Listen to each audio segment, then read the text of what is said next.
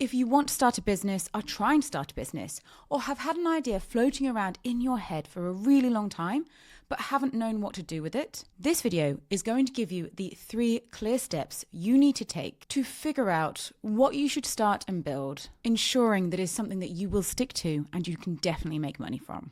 This video isn't going to be a list of super easy side hustles anyone can start. It's not going to be a copy and paste of how somebody else built their business. It's not here for inspiration.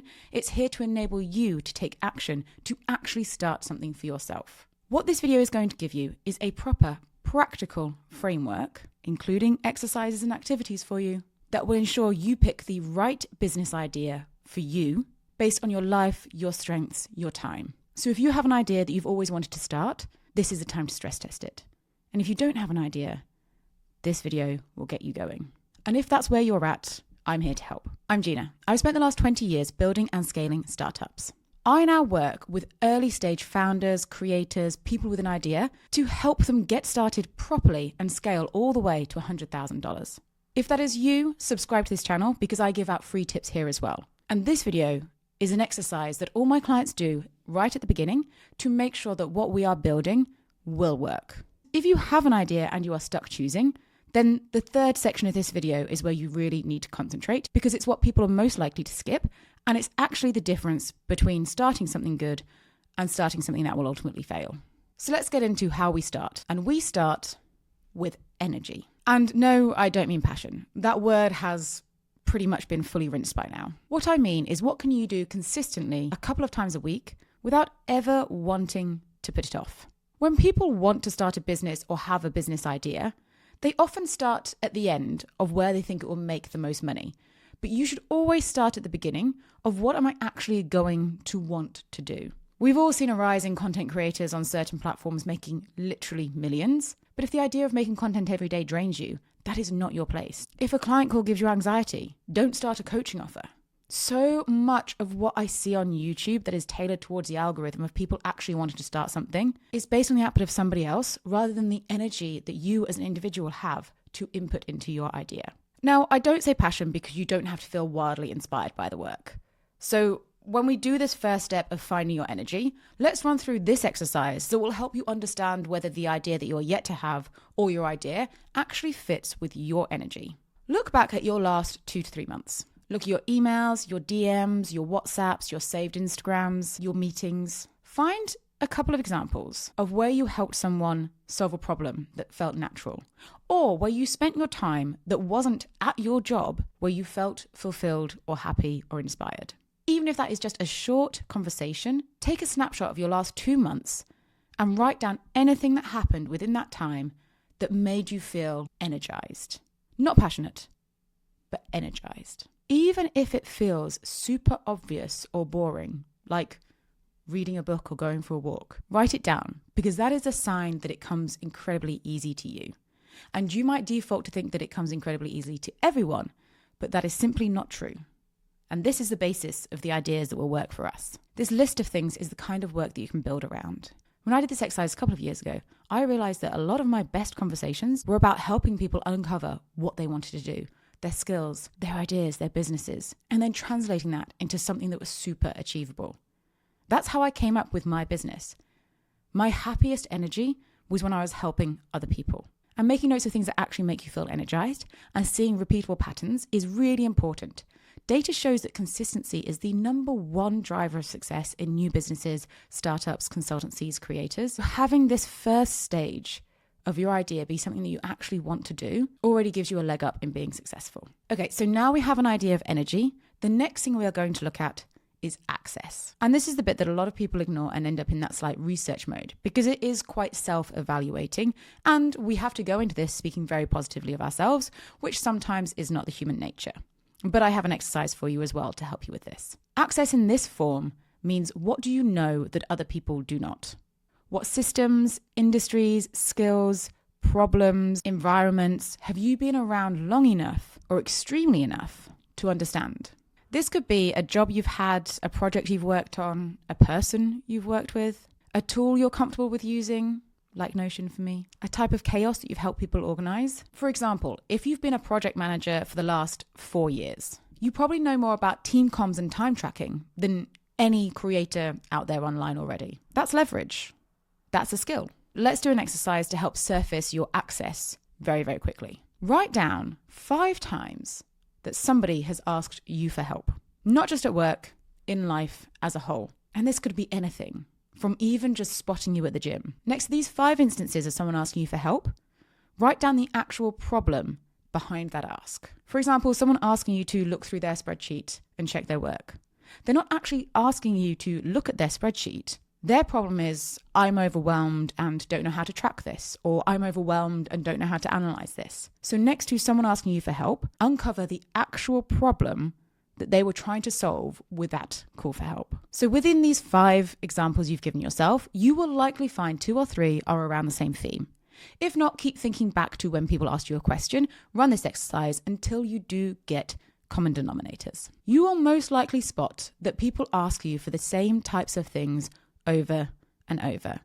And that is signal of access. That's what you already hold credibility in, and you don't have to fake. Look at someone like Beverly. She didn't create Tala from scratch, an excellent athleisure wear business. She built on the exercise and the content she already created, with people consistently asking her advice on everything within the fitness and specifically female exercise industry. The conversations she'd already had, the product gaps that she'd already seen, she doubled down on these because she had energy and she had access to exactly what to wear at the gym, exactly how it needed to move, and how you wanted to feel as a person.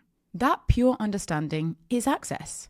And it's the same with someone like Sahil Bloom. His whole business, and a very successful business at that, is structured around simplifying concepts that he already knew from finance and operations. He just then made them useful for other people. And it's the same with my business. I've spent 20 years building startups, and that information is absolute gold to people who are starting their journey today.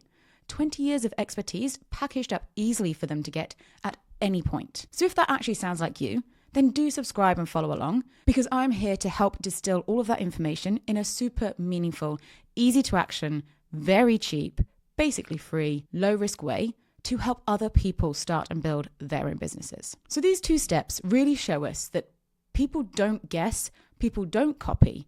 People who are successful use what they already have to create a business that works around them. Now, these 2 points and these 2 exercises should have left you with 2 essential lists. Your energy, where you spend your time naturally, your access, where people naturally come to you for. From these 2 lists, you will probably have had an abundance of ideas. Those ideas range from content, creative, consulting, freelancing, an actual product that solves some of those questions that people come to you for. But before you jump all in on that, this 3rd section is the game changer between starting something and failing and starting something and following it through to revenue. And it's what all the other YouTube noise misses. The 3rd step to really honing in on the business idea and the business that will make you money is time. And that is also my forte. I enable people to start things for less cost, less risk, and way less time by simplifying everything down to its finest foundations. But let's round off this exercise so that you leave this video with either the confidence in the idea that you already have or an idea that you are ready to start. Now, this is where we make or break it. That idea that you have literally on paper from those 2 exercises might look great, but when we translate that into the real life, it might not survive. So here is where you need to be brutally honest with yourself. How much time do you have in your week? And your worst week. Not your ideal week, not your week where you don't have any evening plans, not your week when you're just chilling after Christmas, not your week when you're fresh from holiday and full of motivation. Pick your worst week. Pick the one where your job is too intense, it's pouring with rain every day, the kids are sick, your energy is so low. Because that is the format and bracket of time that your business needs to survive in. And for most people, that is somewhere between 4 to 6 hours a week maximum. A lot of people go into this thinking, I can work evenings and weekends, I'll get up at 5. That is unrealistic. And being unrealistic will kill your business. You will feel like a failure, you will feel burnout, you will feel behind. So this 3rd step is so important in being realistic. Whatever you choose to build from the first 2 steps has to work within your worst week's time constraints. And here's a good test for that. Take your ideas you've got from your other lists and ask yourself these 3 questions. Can you explain the offer in 1 sentence? Can you build and launch a basic version of it in under a month? Could someone pay you for something, anything within this idea, in around 30 days? And if you're struggling with these questions, check out this video on how to take your concept to an idea, because it helps reframe some of those things from the first couple of exercises we've done.